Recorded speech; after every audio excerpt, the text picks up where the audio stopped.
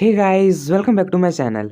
आज के इस जीके वीडियो में मैं आपके लिए लेकर आया हूं बिहार पुलिस 2025 के लिए most important GK GS questions जो आपके बिहार पुलिस के एग्जाम में पूछे जाने के चांसेस हैं। इसलिए एक भी क्वेश्चन मिस नहीं कीजिएगा। हर एक क्वेश्चन आपके एग्जाम के लिए बहुत ही इंपॉर्टेंट होने वाले हैं।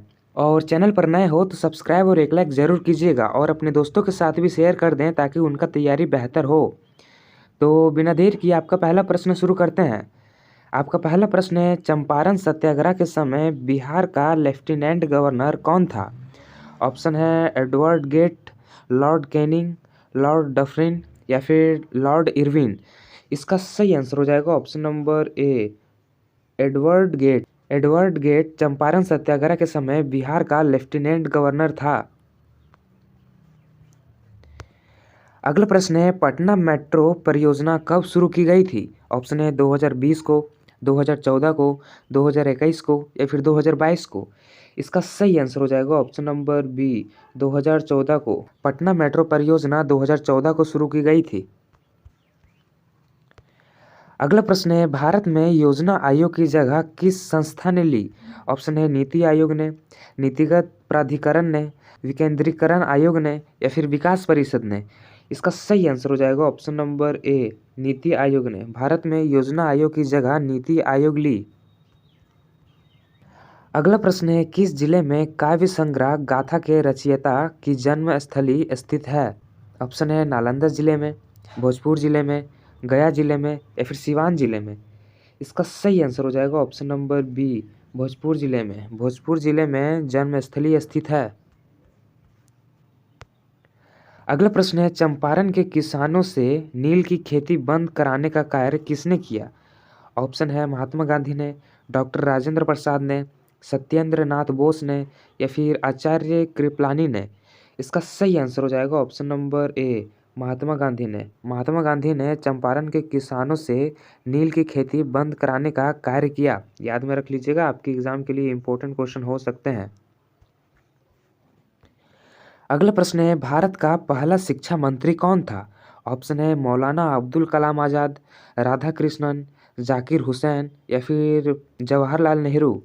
इसका सही आंसर हो जाएगा ऑप्शन नंबर ए, मौलाना अब्दुल कलाम आज़ाद। मौलाना अब्दुल कलाम आज़ाद भारत का पहला शिक्षा मंत्री थे। याद में रख लीजिएगा, ये भी आपके एग्जाम के लिए इंपॉर्टेंट क्वेश्चन हो सकते हैं। अगला प्रश्न है, बिहार के किस क्षेत्र को गंगा का मैदान कहा जाता है? ऑप्शन है उत्तर बिहार को, दक्षिण बिहार को, दोनों को या फिर अंग को। इसका सही आंसर हो जाएगा ऑप्शन नंबर सी, दोनों को। उत्तर बिहार और दक्षिण बिहार दोनों को गंगा का मैदान कहा जाता है। अगला प्रश्न है, बिहार के दरभंगा जिले को किस नाम से भी जाना जाता है? ऑप्शन है विद्यापति नगरी के नाम से, मिथिलांचल का हृदय के नाम से, जनकपुर के नाम से या फिर भागवत धाम के नाम से। इसका सही आंसर हो जाएगा ऑप्शन नंबर बी, मिथिलांचल का हृदय के नाम से बिहार के दरभंगा जिले को जाना जाता है। मिथिलांचल का हृदय के नाम से भी बिहार के दरभंगा जिले को जाना जाता है।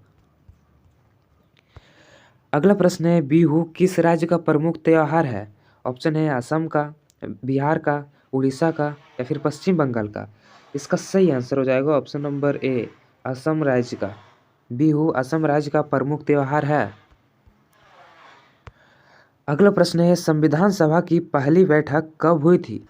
ऑप्शन है 9 दिसंबर 1946 को, 26 जनवरी 1947 को, 26 नवंबर 1949 को या फिर 15 अगस्त 1947 को। इस सवाल का जवाब आप कमेंट में देकर बताइए। अगला प्रश्न है, वायु चालन किस माध्यम में अधिक प्रभावित होती है? ऑप्शन है गैस, तरल, ठोस या फिर निर्वात में। इसका सही आंसर हो जाएगा ऑप्शन नंबर बी, तरल माध्यम में। अगला प्रश्न है, कीट पतंग विज्ञान की वह शाखा जो क्या अध्ययन करती है?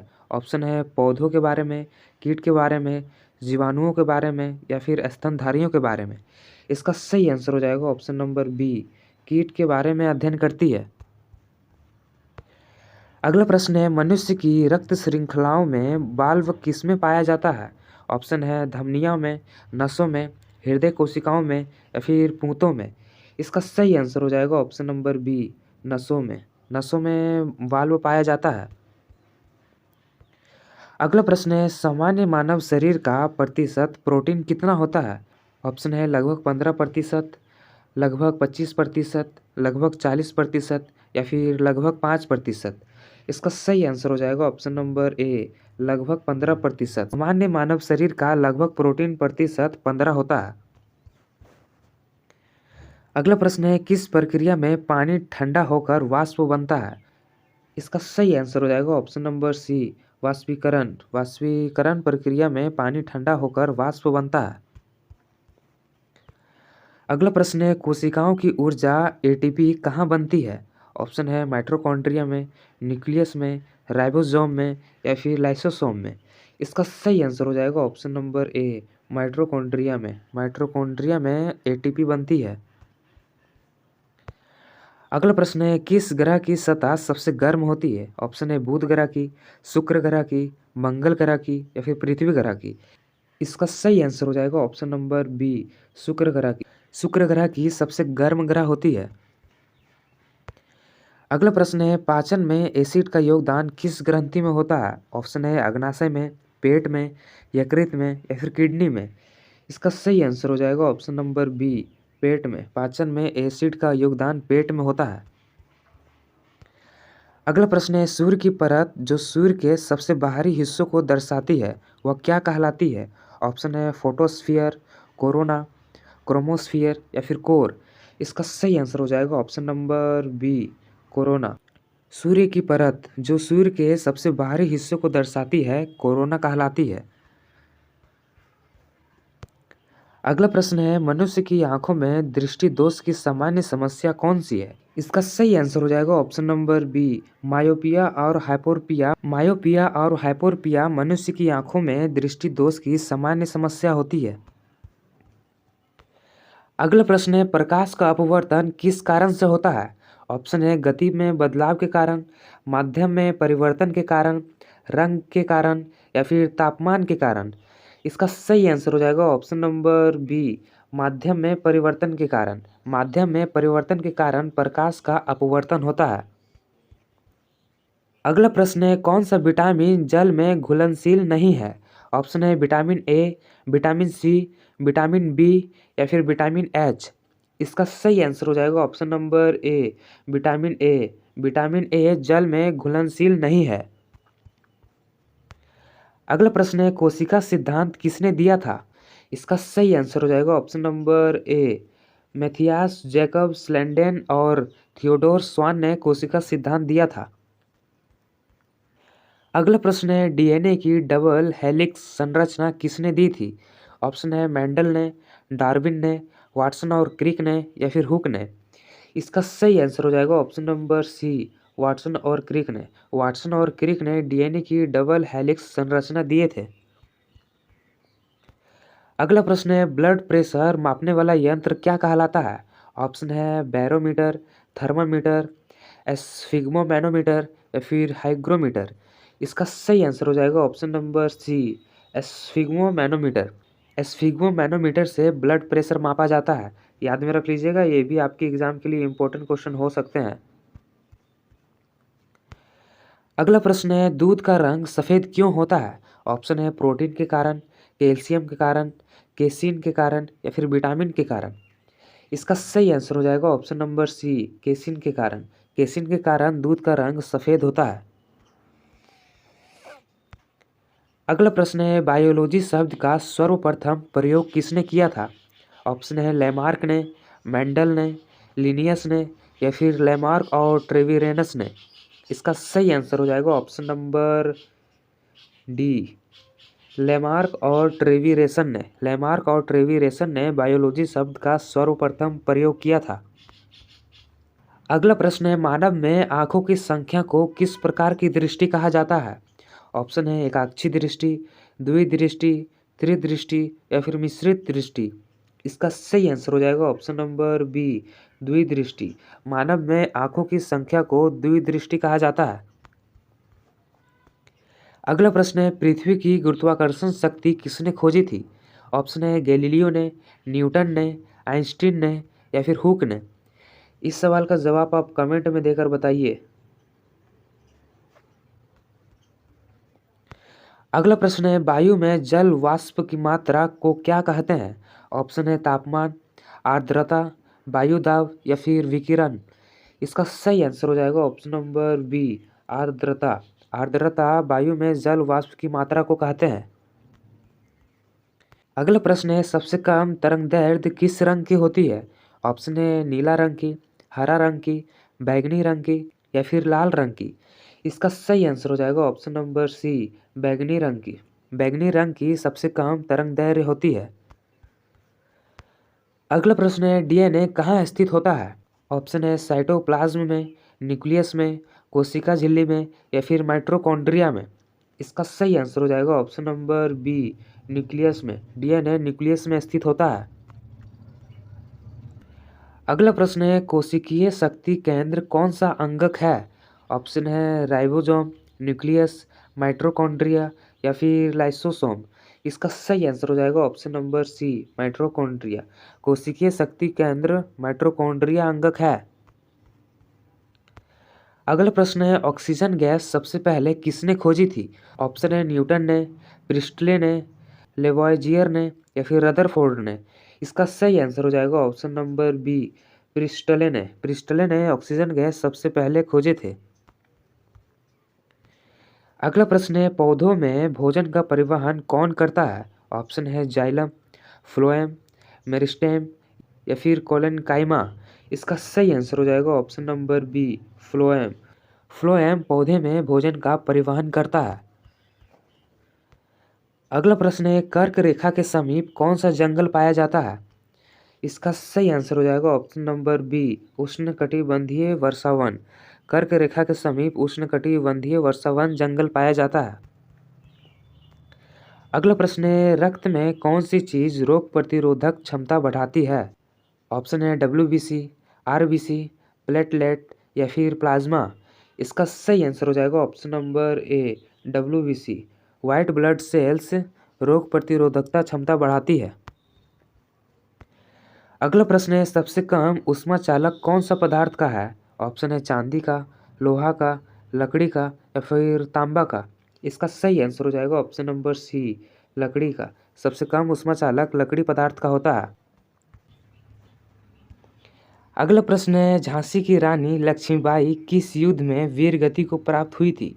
ऑप्शन है पानीपत की लड़ाई में, प्लासी युद्ध में, 1857 की क्रांति में या फिर बक्सर की युद्ध में। इसका सही आंसर हो जाएगा ऑप्शन नंबर सी, 1857 की क्रांति में झांसी की रानी लक्ष्मीबाई वीर गति को प्राप्त हुई थी। याद में रख लीजिएगा, आपके एग्जाम के लिए बहुत ही इंपॉर्टेंट क्वेश्चन है।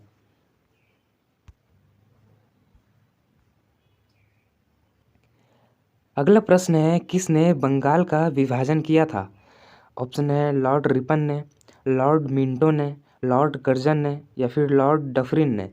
इसका सही आंसर हो जाएगा option number C, Lord Curzon ने। लॉर्ड कर्जन ने 1905 ईस्वी को बंगाल विभाजन किया था। याद में रख लीजिएगा, ये भी आपकी एग्जाम के लिए इंपॉर्टेंट क्वेश्चन है।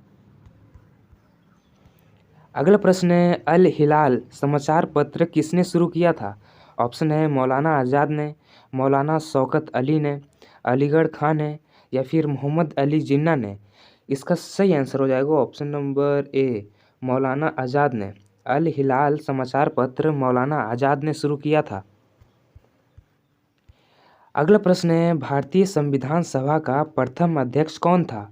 ऑप्शन है doctor Rajendra Prasad, Jawaharlal Nehru, doctor BR Ambedkar या फिर डॉक्टर सच्चिदानंद सिन्हा।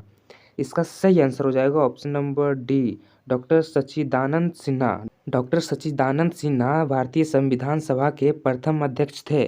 याद में रख लीजिएगा, ये भी इम्पोर्टेंट क्वेश्चन है।